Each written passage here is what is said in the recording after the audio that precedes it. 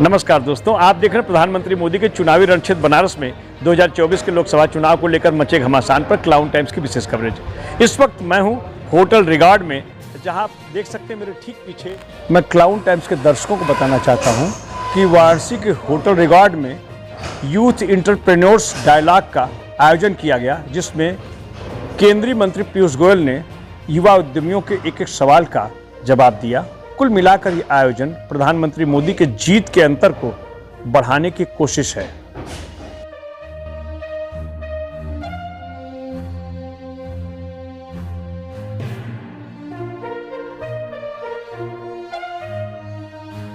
मैं आप लोगों को कहना चाहता हूं कि 1 तारीख को यहाँ बनारस में मतदान है और सभी लोग कोशिश करें कि 100% मतदान करें और करवाएं।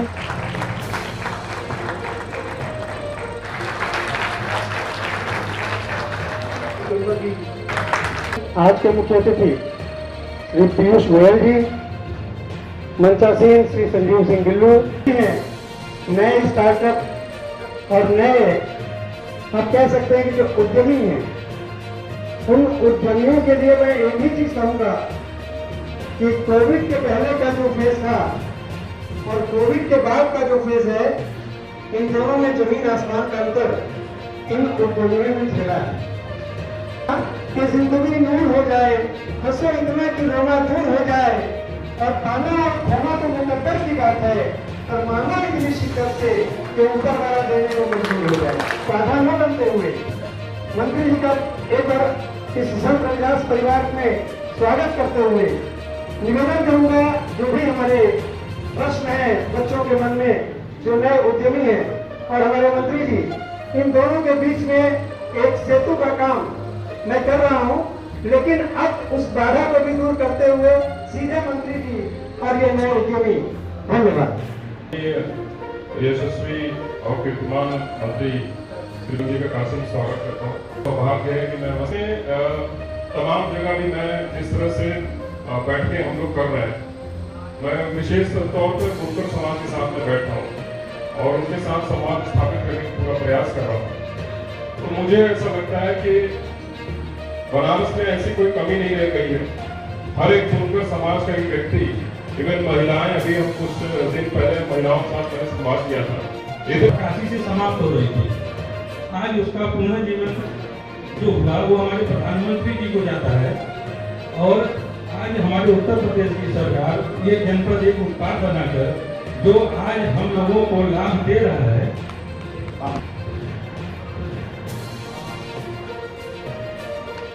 2014 के बाद टूरिज्म इंडस्ट्री का बहुत बड़ा योगदान रहा है शहर को आगे बढ़ाने में। जो घाटों का नवीनीकरण हुआ, बहुत सारी जो डेवलपमेंट हुई, एयरपोर्ट अच्छे बने, टूरिज्म रैंक 59 एंड जो कल्चरल रिसोर्स है उसमें हम लोग की रैंक 9th है, और जो हमारी नेचुरल रिसोर्स है उसमें इंडिया के रैंक 6th है।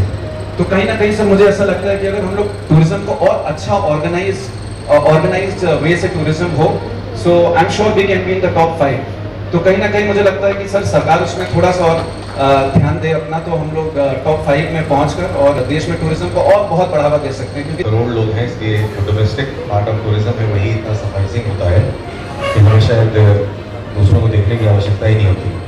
भारत को हाईलाइट करने के, डेस्टिनेशन को हाईलाइट करने के, वो इधर भी I am also very Avid traveller. I travel almost every year 3-4 times outside, and that kind of a thing is not happening.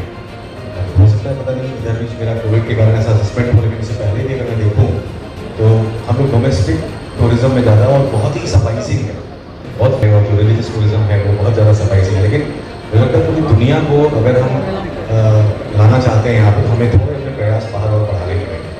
हम लोगों ने राम के अयोध्या दिव्य दर्शन सेवा संस्थान का निर्माण किया है और वो शुरू हो गया है। उसमें हम लोग राम जी को अध्यात्म का केंद्र मानकर उन लोगों को वहाँ पर जाके उनको ट्रेन करने का काम कर रहे हैं। सहयोग मिल सकता है, ये मेरा प्रश्न है। क्योंकि सबसे बड़ी प्रॉब्लम ये आती है कि सबको स्पर्श दर्शन करना है विश्वनाथ मंदिर के अंदर, ठीक है, बाबा सबके है, और समस्या ये होती है सर कि वहाँ पे VIP कल्चर बहुत ज्यादा चल रहा है, ठीक है। वहाँ पे क्या है कि जितने भी VIP है उनको स्पर्श दर्शन मिल जाता है। आप 500,000 रुपए दो, तो आपको दर्शन मिलता है, उसमें भी बहुत धक्का मुक्की होती है। तो या तो ये स्पर्श दर्शन आप सबके लिए बंद कर दें, या तो सबके लिए कोई सुविधा शुल्क लेके शुरू कर दें, क्योंकि सर जितने भी भक्त आते हैं वो इसके लिए सबसे ज्यादा परेशान होते हैं। एरिया का पूरा इलाका है, इसको या तो नो व्हीकल जोन आप सर पूरा ही करवा दीजिए, या तो क्योंकि सर मस्जिद पार्किंग में गाड़ी जाती है और शाम को 4 बजे के बाद सर हमारे खुद के ड्राइवर्स वहाँ नहीं जाना चाहते, क्योंकि इतना ज्यादा रकस होता है सर वहाँ पे। और जो पुलिस वाले हैं वो जो ट्रैफिक मैनेज करने के लिए लगाए गए हैं, वो ऐसे आंख बंद करके रहते हैं कि जो ई रिक्शा वाले हैं उनकी मनमानी से सर रोज हमारी कोई ना कोई गाड़ी टूटती है और ट्रैफिक जो जाम लगता है 3-3, 4-4 घंटे का वो अलग लगता है सर। तो प्लीज सर, क्योंकि हम लोग जो यहाँ पे काम कर रहे हैं सर, क्योंकि अभी अयोध्या भी जैसे शुरू हुआ है और अभी 5 लाख लोग आ रहे हैं जो कि आगे बढ़ेंगे, तो सर इन 2 चीजों पे आप प्लीज करवाइए। Thank you. उससे बढ़ करके ये हमारे पूरे विश्व भर के जो सनातनी जनमानस है उनके आस्था का भी केंद्र है। साथ ही एक और निवेदन चाहेंगे कि हमारी जो सरकार बनने जा रही है, केंद्र सरकार 2024 में जैसा कि तय है, तो मैं चाहूंगा कि ऐसा कोई कठोर कानून पारित हो देश में कि हमारे सनातन धर्म की निंदा जो भी कोई व्यक्ति करता है, जो आए दिन सुनने को आता है और हमारा हिंदू जनमानस आहत होता है, उसके संदर्भ में एक कड़ा कानून बने कि अगर इस तरीके की कोई भी सनातन निंदा की बात करता है तो उसको सीधे जेल भेजा जाए। उसके वीआईपी दर्शन की प्रथा क्यों है? आप किसी गुरुद्वारे चले जाइए, किसी मस्जिद चले जाइए, किसी चर्च चले जाइए, कहीं भी वीआईपी दर्शन की प्रथा नहीं है। ऐसा क्यों है? हम दर्शन करने जा रहे हैं और आज दर्शन जो है वो प्रदर्शन हो गया है। तो तकलीफ कब होती है? जब उससे पहले वाला व्यक्ति आके जो है दर्शन करके चला जाता है। मेरी सिर्फ और सिर्फ आपसे निवेदन ये है कि सनातन धर्म में बाकी धर्मों के हिसाब से भी मंदिरों में कृपया वीआईपी दर्शन का प्रचलन बंद किया। एक उसको सुविधा तो 2014 से 2024 तक हिंदुस्तान में उत्तर प्रदेश में वाहनों को सुरक्षा नंबर 1 पर मिले हुए और अच्छी सौगत से हमारे ट्रांसपोर्टेशन भी है। लेकिन एक तरफ हमारे जो छोटी लघु व्यापारी हैं उनको ऑनलाइन व्यापार से बहुत ही नुकसान हो रहा है। हमारे छोटे व्यापारियों का व्यापार दिन प्रतिदिन निश्चित तौर पर वो पिछले पायदान पर चलते जा रहे हैं। इससे आपसे निवेदन है जो ऑनलाइन व्यापार है निश्चित तौर पर केंद्र सरकार बने तो उस पर अंकुश लगाए कि जो हमारे बड़े व्यापार पर बड़े पैमाने पर हिंदुस्तान में छोटे व्यापार वो अपना व्यापार नहीं कर पा रहे हैं, ये बहुत दिक्कत है। तो व्यापारियों का शोषण करते हैं। हम लोगों ने बहुत पहले भी व्यापारी आयोग की मांग की थी और 2019 में भी आपसे आग्रह किया गया था। मैं भी चाहता हूँ कि इस बार अगर सरकार बने तो व्यापारी आयोग का गठन हो जिससे कि व्यापारियों का ये सुविधाएं अपनी आयोग कर सके। धन्यवाद। मैं before coming to Varanasi I used to work with Microsoft in US and 2015 में जब मोदी जी वहाँ पे गए थे यूएस में हेडक्वार्टर्स में, तो फिर मैंने गिनीज वर्ल्ड रिकॉर्ड भी बनाया था उस वक्त। एंड अभी मैं एक फिनटेक फाउंडर हूँ, so I run a company which is in fintech. मेरा जो क्वेश्चन है आपसे या जो मेरा सुझाव है वो ये है कि we can see that there is a lot of hype around unicorns. हर कोई चेज कर रहा है वैल्यूएशंस की यूनिकॉर्न बनाने के पीछे, बट द थिंग इज जो कोर है स्टार्टअप का या फिर एंटरप्रेन्योरशिप का, it's about creating impact and creating opportunities for the entire economy, जैसे कि जॉब अपॉर्चुनिटीज ये सब कुछ। बट कहीं ना कहीं केवल जो वैल्यूएशन को चेज करने में एक बहुत बड़ा बबल क्रिएट होता है, जो कि आजकल कई सारे स्टार्टअप्स में देख रहे हैं बर्स्ट हो रहा है। सो हम ऐसा क्या कर सकते हैं जिससे कि instead of glamorising these unicorns, why are we not glamorising the cockroach startups जो कि लॉन्ग टर्म सर्वाइवल और एक्चुअल वैल्यू क्रिएट कर रहा है, एक्चुअल इम्पैक्ट डाल रहा है और रेवेन्यू जनरेट कर रहे हैं। बिकॉज सर वैल्यूएशन बस पेपर पे जो कि इन्वेस्टर्स की मनी के साथ कर रहे हैं या फिर आईपीओ ले जाकर अल्टीमेटली वो एग्जिट कर रहे हैं, which is again not helping the people of the country और not helping the customers also, उनको भी सर्विस नहीं मिलती उस तरह से। बट जो कॉर्पोरेट स्टार्टअप्स है जो क्या कर रहे हैं सर, गवर्नमेंट में ऐसा क्या कर सकते हैं जिससे कि इस तरह के स्टार्टअप्स को बढ़ावा मिले बजाय यूनिकॉर्न्स पे प्रॉब्लम फेस हो रही है कि रियल एस्टेट बूम पे है, सारी सबको घर मिल रहा है, ये अच्छी बात है। लेकिन जब लोग घर की रजिस्ट्री कराते हैं या नया घर कहीं परचेज करते हैं तो एक टैक्स की वजह से उनका पॉकेट साइज इंटीरियर में थोड़ा कम हो जा रहा है, जिसकी वजह से हम लोग का जो रेंज है वो कम होती जा रही है। तो मैं इसमें आपसे एक हेल्प चाहूँगा कि हमारी इंडस्ट्री को भी कुछ जगह दें और कुछ टैक्स में एक सिंप्लीफिकेशन ले आए ताकि लोग आगे आके और इंटीरियर्स में अच्छा कर सकें। How we go about facilitating such promising startups? Is there a possibility to create a centralized mentorship program in the city where we can provide guidance and support and compliance related help to the startups when the new entrepreneurs come to us? Are we in a situation where we can go hand in hand with the government and provide all the support? Because of our federal structure, sir, the GST will remain as it is today. Thank you so much. Student हूँ और मैं एक content creator भी हूँ। जैसा कि content creators की demand होती है कि उन लोग का ड्रोन जो है बेसिकली DJI कंपनी का ड्रोन इंपोर्ट बंद हो चुका है, तो फिर ड्रोन मैन्युफैक्चरिंग कंपनी का जितना भी ग्रोथ है उस पर अगर ध्यान दें तो हम लोग के क्रिएटर्स लोगों को बहुत हेल्प होगा। भारतीय संस्कृति और कल्चर के बारे में ही बात करें। Now my question is, how do you see what is the role of the content creators? ये जो ग्रोथ इंजन चल रहा है भारत का, इसमें कंटेंट क्रिएटर्स का क्या रोल देखते हैं आपसे? And what is the advice that you would give to creators कि हमें किस माइंडसेट के साथ इस प्रोफेशन में करना चाहिए, किस माइंडसेट के साथ कंटेंट क्रिएट करना चाहिए? मौके खोजे, मौकों को हकीकत में बदला और तब मुझे ध्यान में आया कि अब ये स्टार्टअप की दुनिया चल पड़ी है। अब ये कोई 2-4 शहरों की दुनिया नहीं रही है, ये पूरे देश में कोने कोने तक पहुंच गई। मुझे अभी भी याद आता है कि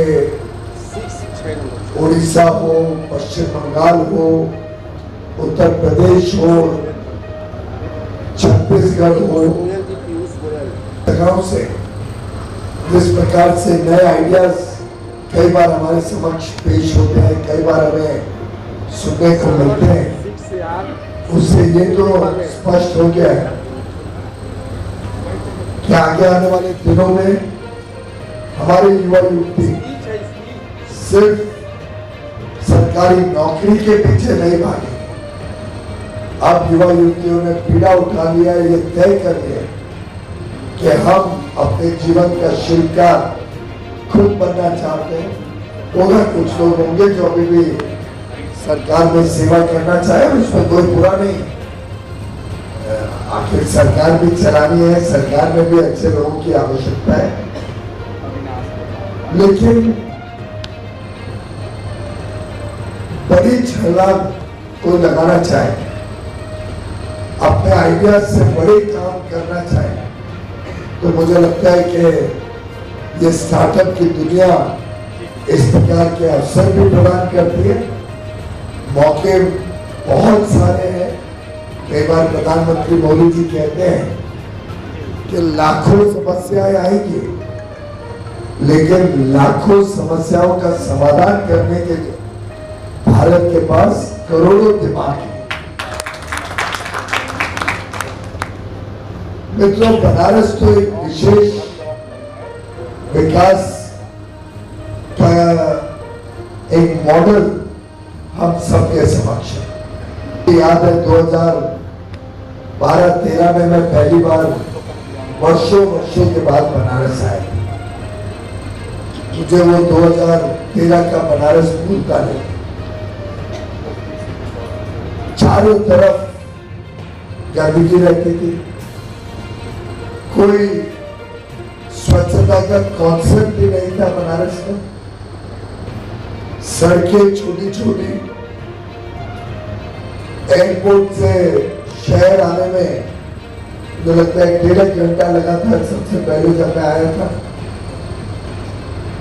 और पूरा इलाका सुनसान सा था, कोई विकास दिखता नहीं था एयरपोर्ट से जब तक आप चौक तक पहुंचे। मंदिर जाने का जो स्थिति थी, जो गलियां थी, जिस प्रकार से अनप्लान डेवलपमेंट हुआ था, आप याद करें तो महादेव तक ऐसा लगता था कि एक झुपड़ी में हमने कैद कर रखे हैं। चारों तरफ लोगों के मकान, छोटी गलियों से मुश्किल से हम पहुंचते थे मंदिर में दर्शन के लिए। श्रद्धालु देश दुनिया से आते थे। श्रद्धा अवश्य थी, सुविधा नाम के वास्ते भी नहीं।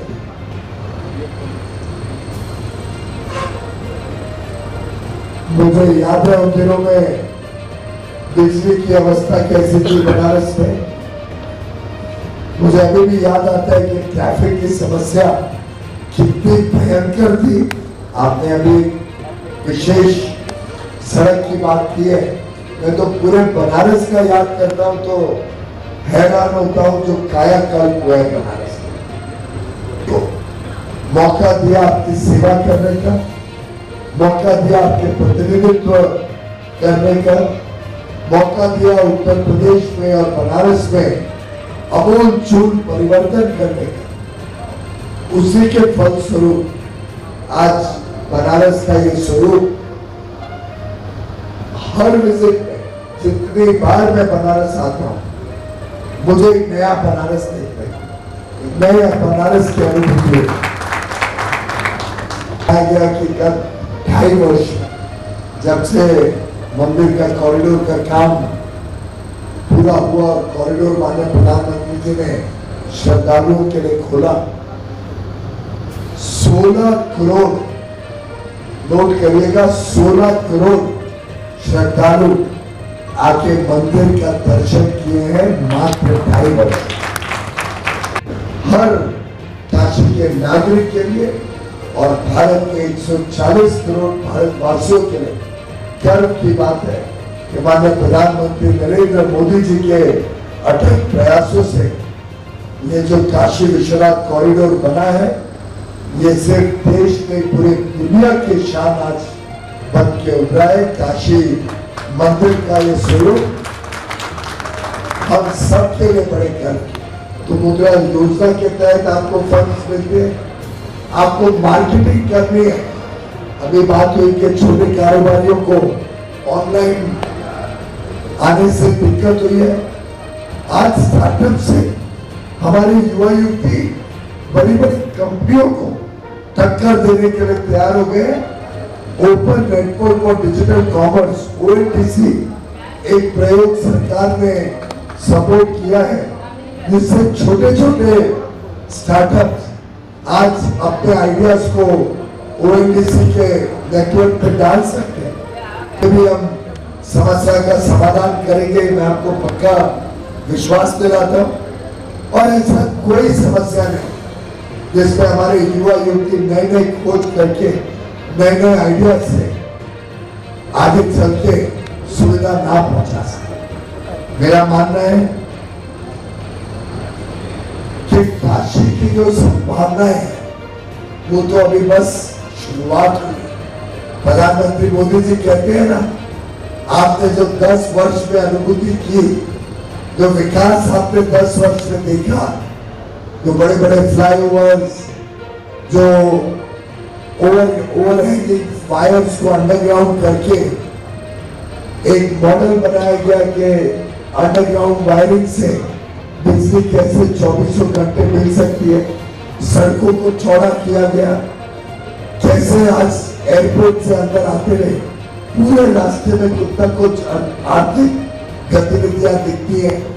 नए आइडियाज को प्रोत्साहन, और मैं समझता हूँ हमारी भी कोशिश यही है कि नए आइडियाज को अवसर मिले, नए आइडियाज को, नए शोध को एक्सपेरिमेंट करने, जमीनी स्तर पर अपने आइडियाज को उतारने का नए अवसर मिले। और मुझे लगता है कि मेंटरशिप की जो आपने बात की, हमने केंद्र सरकार से एक स्टार्टअप एडवाइजरी काउंसिल बनाई, उसके माध्यम से एक मेंटरशिप प्रोग्राम भी शुरू किया गया, मार्क MARG। आप गूगल करेंगे तो आप उसमें रजिस्टर करिए और आपको देश और दुनिया के बड़े बड़े सफल स्टार्टअप्स के जो प्रमोटर्स हैं वो आपको मेंटरिंग करेंगे, वो आपको दिशा दिखाएंगे कैसे आपके आइडिया को आगे बढ़ाएं। बनारस के सभी स्टार्टअप भाई बहन इसका भरपूर लाभ लें और पश्चिम उत्तर प्रदेश हो, नॉर्थ ईस्ट हो, पूर्व उत्तर के प्रदेश हो, पश्चिमी प्रदेश हो, हर क्षेत्र ये मेंटरशिप, फाइनेंसिंग और मार्केटिंग रिलेटेड जो अलग अलग हमारी योजनाएं हैं, इसकी अवेयरनेस कैंप्स आपके मध्य लाई जाए। यूनिवर्सिटीज, अटल टिंकरिंग लैब, इंक्यूबेशन सेंटर्स के माध्यम से हम ये सब प्रोजेक्ट्स आप तक पहुंचाने के काम में जुटे हुए हैं। इसके साथ साथ इनको जोड़ते हुए अवेयरनेस कैंप्स करके हमारे युवा युवतियों को, हमारे नए स्टार्टअप्स को और मौका मिले, इसके लिए सरकार भी प्रतिबद्ध है। मैं स्वयं इसके लिए संकल्पित हूँ। एंटरप्रेन्योर्स डायलॉग के जो सभी आयोजक हैं, चाहे वो संत रविदास शिक्षक एवं विकास संस्थान हो, अन्य काशी पॉटरी, कुटुंब, इमर्जिंग युवा फाउंडेशन, सहयोग, स्क्रैप, इन सभी संस्थाओं को मैं बहुत बहुत धन्यवाद भी देता हूँ। मुझे आज यह आमंत्रण करके आप सबके साथ मुलाकात करने का आपने मुझे मौका दिया कि मोदी जी इस स्टार्टअप दुनिया के शिल्पकार हैं और आप सब भारत के नए काशी के एक उभरते हुए एक विकसित भारत के शिल्पकार, आप सब युवा युवतियों को प्रधानमंत्री मोदी जी हमेशा आपके साथ खड़े हैं। हम सब आपके साथ कंधे से कंधा मिलाकर आपकी दुनिया, आपकी स्टार्टअप की सोच, आपके नए आइडियाज को और बल देंगे और विकास की तरफ प्रेरित करेंगे। ये गारंटी मोदी की गारंटी है और गारंटी पूरा होने की गारंटी। बहुत बहुत धन्यवाद। माननीय प्रधानमंत्री नरेंद्र मोदी जी ने गत 10 वर्षों में जिस प्रकार से युवा युवतियों को भरपूर अवसर देने का काम किया है, चाहे वो रोजगार हो, सरकार में हो, निजी क्षेत्र में हो, चाहे वो कारोबार हो, चाहे व्यापार करने के अलग अलग मौके हो, उद्योग लगाने का, सूक्ष्म लघु या मध्यम उद्योग करने का मौका हो, युवा युवतियों को आज सक्षम बनाया जा रहा है, सशक्त बनाया जा रहा है, आत्मनिर्भर बनाया जा रहा है। स्टार्टअप इंडिया हो या स्टैंड अप इंडिया हो, नई शिक्षा नीति हो जिसमें वोकेशनल ट्रेनिंग को बल दिया गया है, या अलग मंत्रालय जो कौशल विकास का काम कर रहा है। प्रधानमंत्री मोदी जी ने भारत के युवा युवतियों की आशा अपेक्षाओं पर खरे उतरते हुए इनको एक नया उज्जवल भविष्य की तरफ बढ़ने के लिए अपने पांव पे खड़ा होने का हौसला भी दिया है, साधन भी दिए हैं। और मैं समझता हूँ कि आज भारत के युवा युवती भविष्य को नई आशा, नई उमंग, नई आकांक्षा, नए तेज के साथ देखते हैं, नए जोश के साथ देखते हैं और आगे आने वाला भविष्य गवाह होगा भारत की उभरती हुई ताकत का। भारत की अर्थव्यवस्था भी बढ़ेगी, भारत में मौके भी बढ़ेंगे। जिस प्रकार आज विश्व की सबसे तेज गति से बढ़ने वाला देश भारत बना है, आज पूरा विश्व देख रहा है कि भारत के बलबूते पे विश्व की अर्थव्यवस्था आगे बढ़ेगी। मैं मानता हूँ आगे चल के भारत वो देश होगा जो विश्व गुरु बनेगा, प्रधानमंत्री मोदी जी के नेतृत्व में विश्व गुरु बनेगा। मेरा एंटरप्रेन्योरशिप में बहुत इंटरेस्ट था, तो आज के यूथ एंटरप्रेन्योर्स डायलॉग में मैं वही इनसाइट्स लेने आई थी और मेरे को तो पता ही नहीं था कि आज ऐसा कुछ हो जाएगा, मतलब कल्पना भी नहीं की थी। मतलब और मैंने सर को बुके दिया, मेरे को पता भी नहीं था कि रिटर्न गिफ्ट ये मिल जाएगा। मतलब एक लग रहा है कि आशीर्वाद मिला है कि धीरे धीरे कुछ सहज प्रयास करते करते आगे बढ़ जाएंगे, समाज के कुछ काम आएंगे। मैं शांतनु सिन्हा, मैं फाउंडर हूँ बिग कैप और वाराणसी टूर एंड ट्रैवल। ये दो हमारी ट्रैवल स्टार्टअप है यहाँ बनारस में। परेशानी हमें नहीं होती है, परेशानी हमारे गेस्ट को होती है। जो गेस्ट भारत में कहीं से आ रहे हैं या बाहर से कहीं से आ रहे हैं, उनको सबसे बड़ी दिक्कत ये होती है कि वो देखते हैं कि कुछ लोग जाके VIP दर्शन करते हैं और जाके बाबा को छू लेते हैं। उसका नाम उन लोगों ने स्पर्श दर्शन रखा हुआ है। और कुछ लोग वो नहीं कर पाते हैं, जो कि मेजॉरिटी ऑफ जनता है वो नहीं कर पा रही है। ये इसके लिए मुझे और उनको ऐसा फील होता है कि उनके साथ पक्षपात हो रहा है, उनके साथ भेदभाव हो रहा है। तो ये जो वीआईपी कल्चर चल रहा है विश्वनाथ मंदिर के अंदर, कि जहाँ पे कुछ लोगों से या तो प्रभाव के द्वारा या तो पैसे के द्वारा उनको ले जाके बाबा को छूने की अनुमति दे दी जाती है, जिसको स्पर्श दर्शन कहते हैं, और बाकी की जो मेजॉरिटी जनता है वो नहीं कर पा रही है। तो मेरा मंत्री जी से यही एक क्वेश्चन था, या तो इसको सबके लिए लागू कर दें कि सब जाके बाबा को छू पाएँ या स्पर्श दर्शन कर पाएँ, या तो इसको सबके लिए बंद कर दें। ठीक है। और दूसरी समस्या हम जो मैंने उनके सामने रखी कि बनारस के अंदर ये जो जाम की स्थिति बनी रहती है रोज़ के रोज़, स्पेशली टोटो जो चालक है इनके द्वारा, और पुलिस जो है वो मूक दर्शक बनी रहती है, तो एटलीस्ट उसके ऊपर कुछ काम करें ताकि काशी की जनता जाम से मुक्ति पा पाए। जैसे कि मंत्री जी ने कहा कि प्रधानमंत्री जी ने बहुत अच्छा कार्य किया है, पहले काशी के हर इलाके जाम से ग्रसित रहते थे और आज के डेट में सिर्फ कुछ इलाके। तो मेरा यही कहना है, ये सुझाव उनको देना है कि कुछ इलाके भी क्यों रह जाए। अगर आप डेवलपमेंट कर रहे हैं तो पूरी काशी का कीजिए ना, ये पार्ट वाइज डेवलपमेंट क्या होता है। बस, धन्यवाद। राजेश जी, आज होटल रिगार्ड में जो बैठक हुई है पीयूष गोयल के साथ, उसका पूरा उद्देश्य क्या रहा?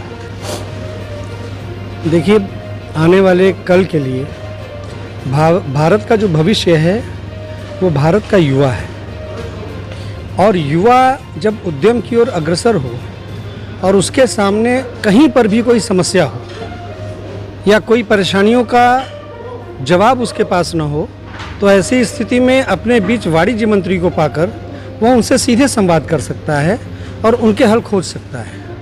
आज के इस जो भी हमारी परिचर्चा रही है उसका मुख्य उद्देश्य यही था कि जो नव उद्यमी हैं, जिसे आप न्यू स्टार्टअप कहते हैं, उनके साथ एक अच्छा संवाद हो हमारे वाणिज्य मंत्री का, उनके साथ उनके व्यवसाय में जो परेशानियां हैं उसके लिए क्या उपाय हो सकते हैं, वो प्रश्न भी उन्होंने पूछे और उसके उत्तर भी हमारे वाणिज्य मंत्री ने दिए। निश्चित तौर पे मैं ये कह सकता हूँ कि यह कार्यक्रम सफल रहा, क्योंकि जब नीयत अच्छी होती है तो उसके रिजल्ट भी अच्छे होते हैं। और पिछले 10 वर्षों में इस सरकार ने पूरी नीयत के साथ और पूरी निष्ठा के साथ देश के नौजवानों को आगे बढ़ाने का काम किया है। और यही जो नव उद्यमी हैं, हमारे आने वाले कल के भविष्य हैं, इनका भविष्य उज्जवल होगा तो हमारे परिवार, हमारे समाज, हमारे प्रदेश और हमारे देश का भविष्य उज्जवल होगा। इन्हीं बातों को ध्यान में रख करके आज का यह संवाद या परिचर्चा कराई गई। राजेश जी, इस आयोजन के पीछे जो राजनीतिक मायने इसका है कि प्रधानमंत्री मोदी को प्रचंड बहुमत से जीत दिलाने की जो परिकल्पना आप लोग की है, वो कितनी साकार होगी? देखिए, नरेंद्र मोदी जी बनारस से चुनाव जीत रहे हैं, इसमें कोई संशय नहीं है, लेकिन उस जीत के साथ व्यक्ति का जुड़ाव, ऐसे कार्यक्रम उस जीत के अंतर को बढ़ाते हैं और निश्चित तौर पे हम इसमें सफल भी रहेंगे। जो हमारी मार्जिन पिछले बार की थी उससे हम बहुत ज़्यादा मार्जिन से जीतेंगे, जबकि सपा और कांग्रेस पिछले बार अगर गौर करें आप तो शालिनी यादव ने लगभग 1,96,000 मत पाए थे और अजय राय जी ने 1,15 पाए थे। तो मिला जुला करके 3-10 इन दोनों के मत थे और दोनों अलग अलग लड़ रहे थे। आज ये दोनों मत कहीं ना कहीं एक जगह इकट्ठे हो रहे हैं। उसके बावजूद भी मैं बता दूं कि उन मतों में बहुत बड़ा विभाजन हुआ है, जो सपा और कांग्रेस के मत थे, और वो मत भारतीय जनता पार्टी के प्रत्याशी को न मान करके आप ये समझिए कि जो काशी के प्रतिनिधि हैं, जिन्होंने काशी के विकास के लिए कार्य किया है, उनमें कहीं ना कहीं ये मत जाकर के जुड़े हैं। और जो अंतर रहेगा पिछले बार से, वह लाखों में रहेगा, बढ़ करके जो रहेगा। मैं ये कह सकता हूँ कि हो सकता है हिंदुस्तान की यह सबसे बड़ी जीत भी हो सकती है। अब मौसम के ऊपर भी बहुत कुछ निर्भर करता है। भगवान करें कि उस दिन का मौसम थोड़ा नरमी वाला हो, तो निश्चित तौर पर मैं कह सकता हूँ कि अगर मौसम नरम तो पूरे देश में बनारस गरम।